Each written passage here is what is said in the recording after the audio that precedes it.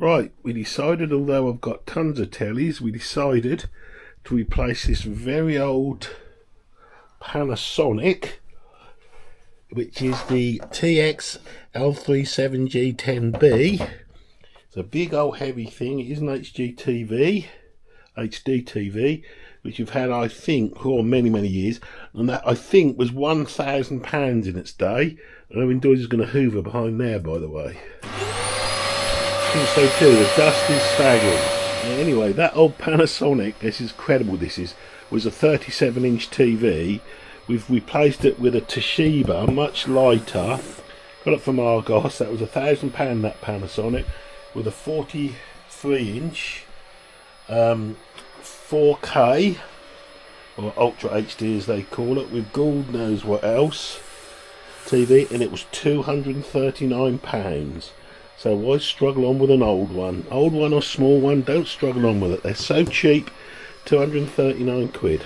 Let's put it up and see how it goes. Right, we're going to unbox it now, see what we get, but we're going to unbox it in such a way that we can use the box to put the old telly in, which perfectly works, which I'll put in the shed and wonder what to do with it for years. But I can't throw away things that work perfectly. You never know. You could sell it. Could sell it. I'm not going to sell, I'm not going to this price. Right, so what do we get in the box? A little stand, one stand that we won't be using because we're wall mounting. Another stand, always wonder what to do with them when you're wall mounting them. A normal power lead, looks like just a 2-pin, a standard 2-pin power lead.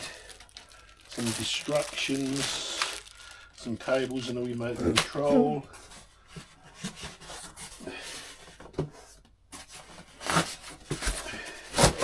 Usual bit of polystyrene, and I think what we'll do, we'll lay this down to put out. Right, so there it is, a 43-inch telly. The first thing you notice over the other one is how incredibly light it is. Right, get it out of the plastic. There we go. There it is. God, that's light. Flip it over on the other side. Right, the first thing that's interesting about this telly, which is good, is that all the HDMI connectors, it's got an optical there that we're using. It's got an Ethernet, so it's got 3 HDMIs, an Ethernet, 2 USBs, and the traditional aerial socket. I won't be using that because it's got Freely, which is a streaming sort of ordinary terrestrial or streams ordinary television via the internet. So this one has a 4-inch plate mounting, which will do. Hopefully we've got the screws. If we haven't, that'll be irritating. I'll be searching around. So we'll get the mounting plate on first of all. So what you get in the bag is the remote control. You get some AAA batteries, 2 AAA batteries for it, which is pretty good. The power cable with a rather nice Ziploc. Owen Doors will use that on our garden. Some little cable tidy bits. Don't know what those are. 2 little clear dots. Stickers that quite frankly no one is going to stick on their telly, but it's an E rating. And you do, he says, get the 4 screws for mounting it if you're wall mounting it. So that's a result. So let's get the batteries in and get up the wall mounting on. Indoors is sneezing like heck. Dust from behind that telly. Obviously as well you get the mounting legs. But I'm not taking out the packets because I don't know what I'm going to do with them. But that's if you're mounting it, obviously, as to stand up. And the first thing you do is put your batteries the right way around in your remote control. Just put your nail in there and that comes off really easy. I was faffing about with it. Also remember, peel the little sticky stuff off the front, and there's some other little bits of sticky stuff. Okay, let's get the mount on, which will go into there. Right, we've got the bracket on that suits our wall. We needed a couple of washers. They didn't, but I could have done, I suppose. But don't tighten these up if they get tight, because you could damage components. There should be a stop, but sometimes you need a little washer. Also, I'd recommend you take a picture of that layout, because when it's on the wall, it's annoying. Take a picture of that. I'll also take a picture of that. I don't know why I need a picture of that. And the power lead plugs in here. All worth taking a picture of, so you don't stress when it's up on the wall. Right. Use accessibility shortcuts. Ooh. Press and hold the mute button.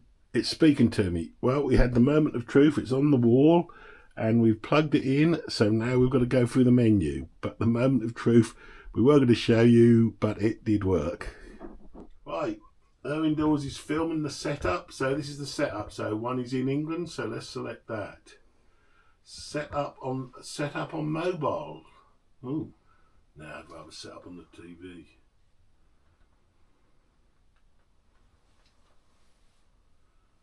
Select location, United Kingdom, so far. Enter postcode. Right, we'll take that off. At this point, we're not going to connect the aerial because we'll mainly be using the freely function or streaming services, which is a quite a sign of the times, really. So I'll skip that. So we now need to connect to the internet. So you select your particular internet. Do that, and then we'll put the password off. Right, so we successfully put the Wi-Fi password in, and we've got this interesting note, which is all quite interesting actually. Please note that Wacom LAN and Wacom WLAN will be enabled so that you will have an enhanced experience with the smart TV. This option may result in higher energy consumption, so what?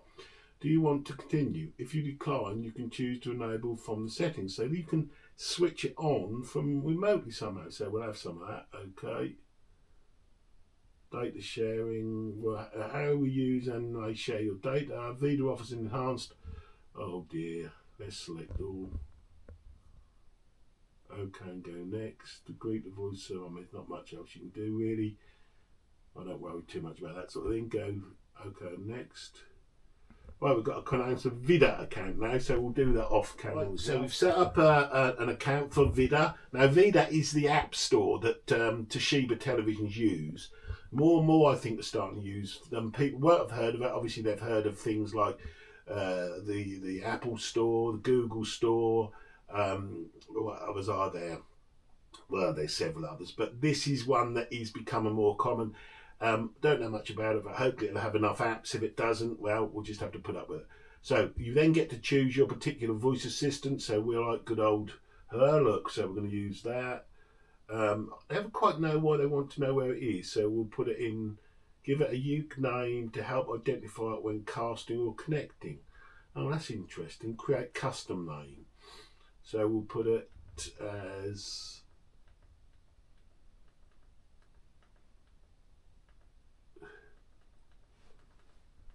Den's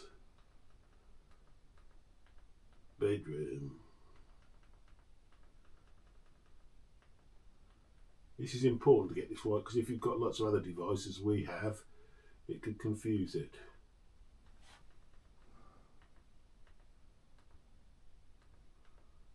In the bedroom. Into that. Netflix and more. Right, we're going to switch that one off now. Right, so we're now arrived at this screen, which is where I just think it shows you the various typical apps that are probably pre-installed. Of course, this is where you would get other apps from the Vida store. So we've got Netflix, Freely, welcome to Freely. What else we've got there? Welcome to Vida Home.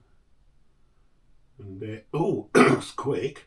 So there is the Vida Home. Looks very much like a Fire Stick. Very much like a Fire Stick. So basically that's the television set up, but have a faff around now and try and understand it. Thanks for watching. Right, we've finished setting up the new Toshiba and I am blown away.